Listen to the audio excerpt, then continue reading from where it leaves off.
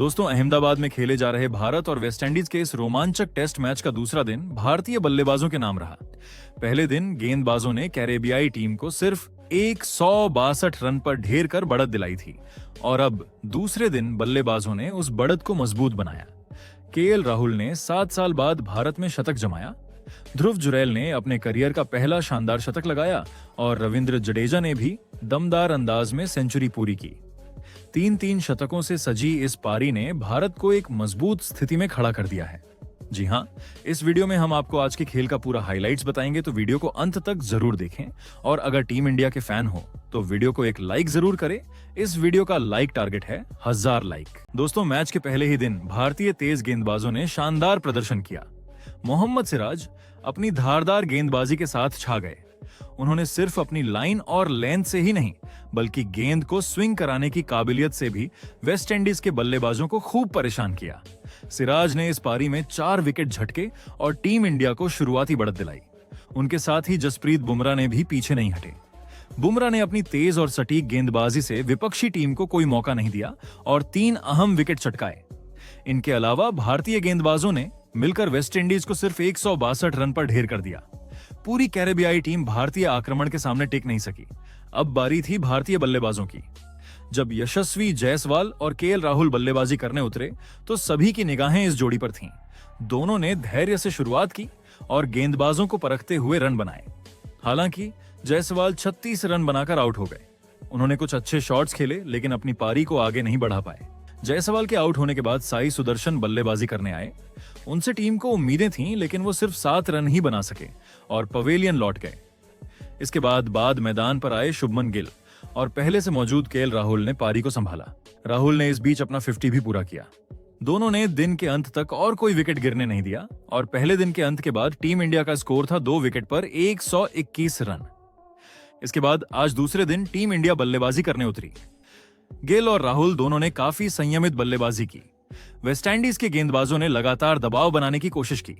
शुरुआत में उन्होंने बहुत कसी हुई गेंदबाजी की और भारतीय बल्लेबाजों को रन बनाने के लिए तरसाया, लेकिन राहुल और गिल ने टेस्ट मैच की असली शैली दिखाई। वो अच्छी गेंदों का सम्मान कर रहे थे और खराब गेंदों को बाउंड्री तक भेज रहे थे। धीरे धीरे दोनों ने रन जोड़ने शुरू किए और 46वें ओवर में भारत का स्कोर 150 के पार पहुंच गया। ये साझेदारी टीम इंडिया को मजबूती दे रही थी। इसी दौरान केएल राहुल ने एक बड़ी उपलब्धि भी हासिल की। वो साल 2025 में टेस्ट क्रिकेट में सबसे ज्यादा रन बनाने वाले ओपनर बन गए। उन्होंने इंग्लैंड के बल्लेबाज बेन डकेट को पीछे छोड़ा, जिनके नाम 602 रन दर्ज थे। राहुल के साथ बल्लेबाजी कर रहे कप्तान शुभमन गिल ने भी शानदार पारी खेली। उन्होंने 94 गेंदों में अपना अर्धशतक पूरा किया। गिल की बल्लेबाजी में आत्मविश्वास और क्लास झलक रहा था, लेकिन जैसे ही उन्होंने 50 रन पूरे किए, उसी ओवर में वो आउट हो गए।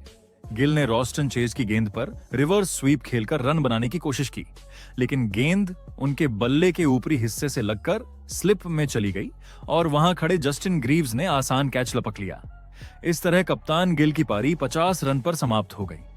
उन्होंने अपनी पारी में 5 चौके लगाए और भारत को मजबूत स्थिति में पहुंचा दिया, लेकिन उनका आउट होना भारत के लिए एक झटका था। भारत का तीसरा विकेट 188 के स्कोर पर गिरा। गिल के आउट होने के बाद विकेट कीपर बल्लेबाज ध्रुव जुरैल मैदान पर आए। उन्होंने आते ही आत्मविश्वास से बल्लेबाजी शुरू की। दूसरी ओर केएल राहुल पहले से ही टिके हुए थे और बड़ी पारी खेलने की ओर बढ़ रहे थे। जुरैल और राहुल ने मिलकर भारत के स्कोर को 200 रन के पार पहुंचा दिया। दोनों के बीच अच्छी साझेदारी देखने को मिली। राहुल ने लगातार स्ट्राइक रोटेट किया और बीच बीच में बेहतरीन शॉट्स खेलकर बाउंड्री भी लगाई। फिर आया वो पल जिसका भारतीय फैंस लंबे समय से इंतजार कर रहे थे। केएल राहुल ने अपनी शानदार बल्लेबाजी जारी रखते हुए 190 गेंदों में अपना शतक पूरा किया। ये उनके टेस्ट करियर का 11वां शतक था, लेकिन खास बात यह रही कि ये केवल उनका दूसरा शतक भारतीय सरजमी पर आया। राहुल ने आखिरी बार 2016 में इंग्लैंड के खिलाफ भारत में शतक जड़ा था। इसके बाद उन्होंने 7 साल का लंबा इंतजार किया और अब जाकर अहमदाबाद में उन्होंने ये उपलब्धि हासिल की। शतक पूरा करने के बाद राहुल ने अपना हेलमेट उतारा, बल्ला उठाया और सीटी बजाकर जश्न मनाया। पूरे स्टेडियम ने तालियों और शोर से उनका स्वागत किया। दूसरे दिन के पहले सेशन के अंत तक भारत का स्कोर 3 विकेट पर 218 रन पहुंच गया था। भारत ने वेस्टइंडीज पर 56 रनों की मजबूत बढ़त बना ली थी। राहुल 100 रन बनाकर नाबाद थे और उनके साथ ध्रुव जुरैल 14 रन पर टिके हुए थे। लंच के बाद जब खेल शुरू हुआ तो सभी को उम्मीद थी कि केएल राहुल और ध्रुव जुरैल भारत को और मजबूत स्थिति में ले जाएंगे। राहुल ने सुबह जिस अंदाज में बल्लेबाजी की थी और शानदार शतक लगाया था, उससे लग रहा था कि अब वो दोहरा शतक पूरा करेंगे।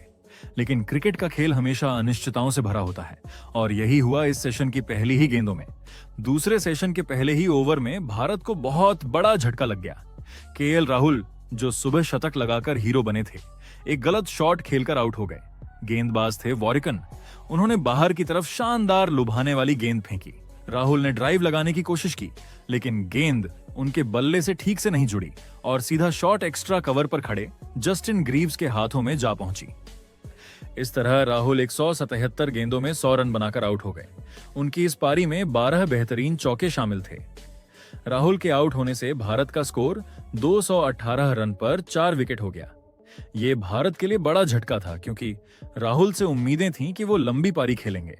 हालांकि उनका ये शतक बेहद शानदार रहा और उन्होंने 7 साल बाद भारत में शतक बनाकर अपने चाहने वालों का दिल जीत लिया। राहुल के आउट होने के बाद टीम इंडिया के star allrounder Ravindra Jadeja crease पर आए।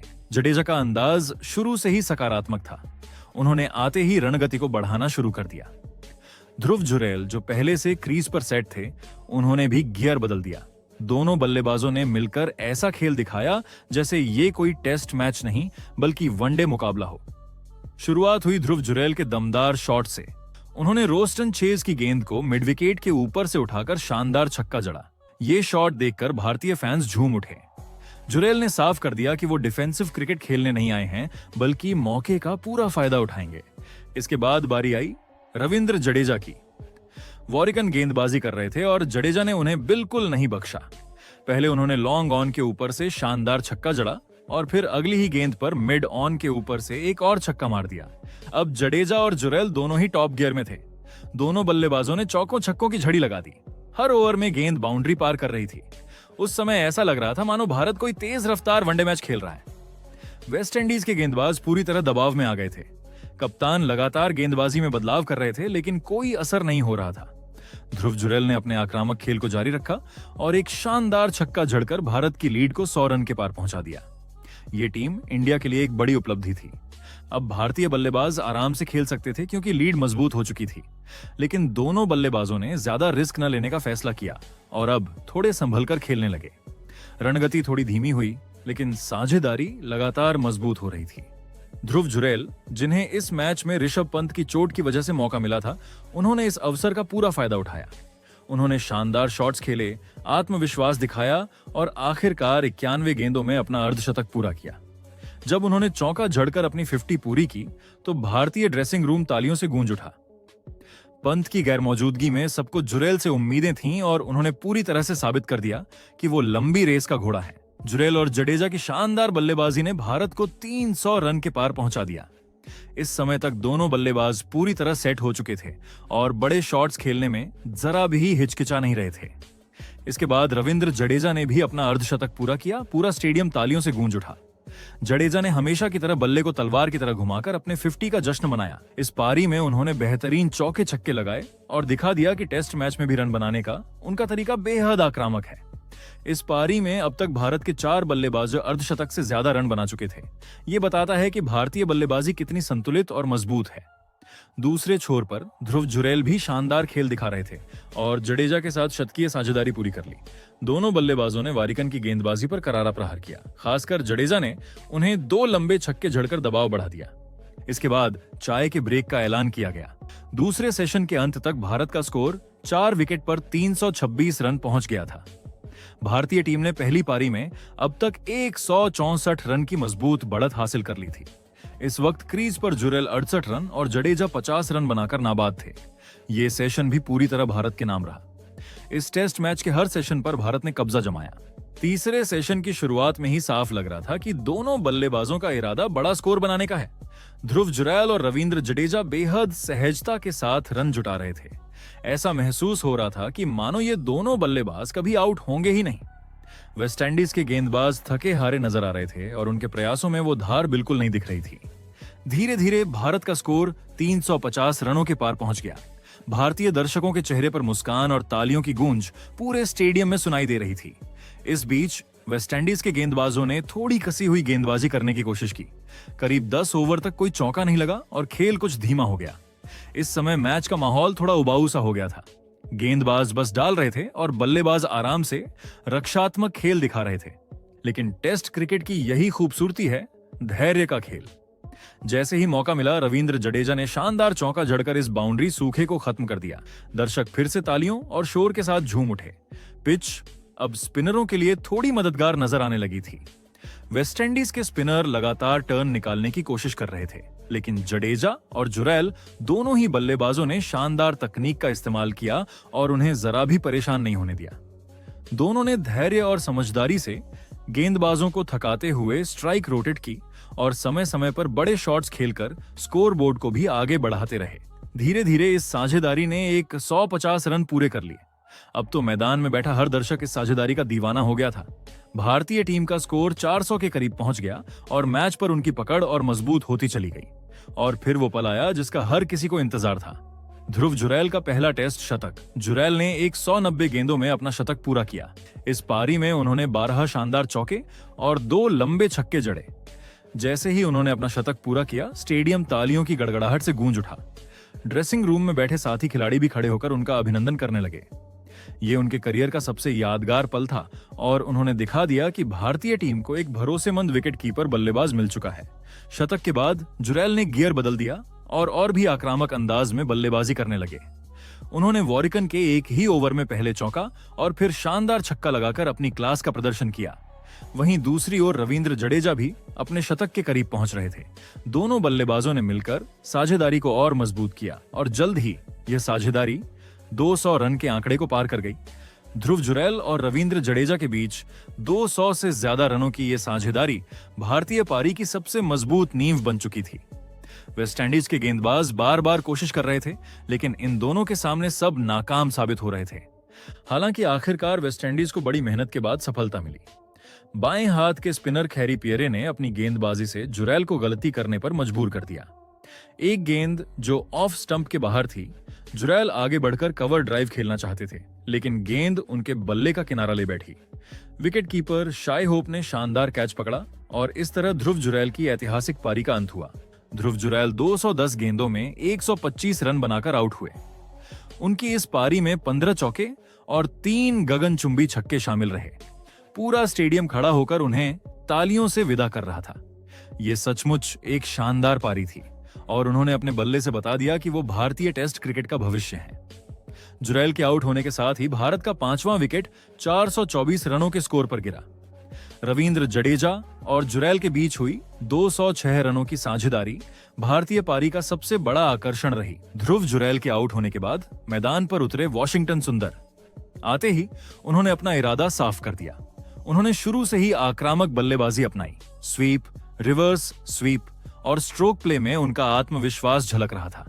ऐसा लग रहा था जैसे ड्रेसिंग रूम से उन्हें साफ संदेश मिला था कि यहां सिर्फ अटैक करना है और वेस्टइंडीज के गेंदबाजों पर दबाव बनाए रखना है। इसी बीच दूसरी छोर पर खड़े रविंद्र जडेजा भी अपने अंदाज में खेल रहे थे। जडेजा पहले से ही जम चुके थे और शतक के बेहद करीब पहुंच चुके थे। जैसे ही उन्हें मौका मिला, उन्होंने वॉरिकन पर शानदार छक्का जड़ा और अपने स्कोर को 98 तक पहुंचा दिया। पूरा स्टेडियम उनकी हर शॉट पर गूंज रहा था। फिर आया वो पल जिसका हर भारतीय दर्शक इंतजार कर रहा था। जडेजा ने 2 रन लेकर 169 गेंदों में अपना शतक पूरा किया। बल्ले को तलवार की तरह घुमाने वाला उनका मशहूर सेलिब्रेशन मैदान पर एक बार फिर देखने को मिला।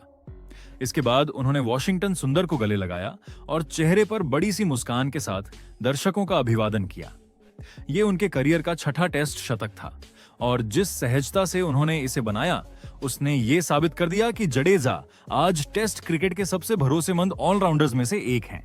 ये शतक जडेजा के शानदार फॉर्म की एक और मिसाल है। उन्होंने एक बार फिर दिखाया कि टीम को जब भी मजबूत पारी की जरूरत होती है, वो आगे बढ़कर जिम्मेदारी निभाते हैं। तीसरे सेशन का खेल यहीं समाप्त हुआ और भारत ने इस सेशन पर भी पूरी तरह कब्जा जमाया।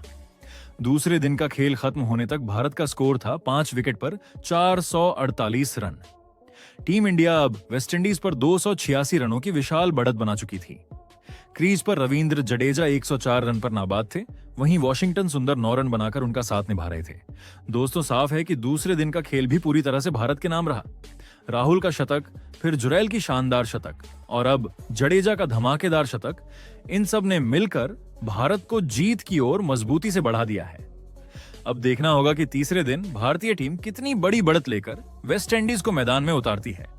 तो दोस्तों, आप टीम इंडिया के आज के प्रदर्शन को 10 में से कितने अंक देना चाहेंगे, हमें कमेंट्स में जरूर बताइए।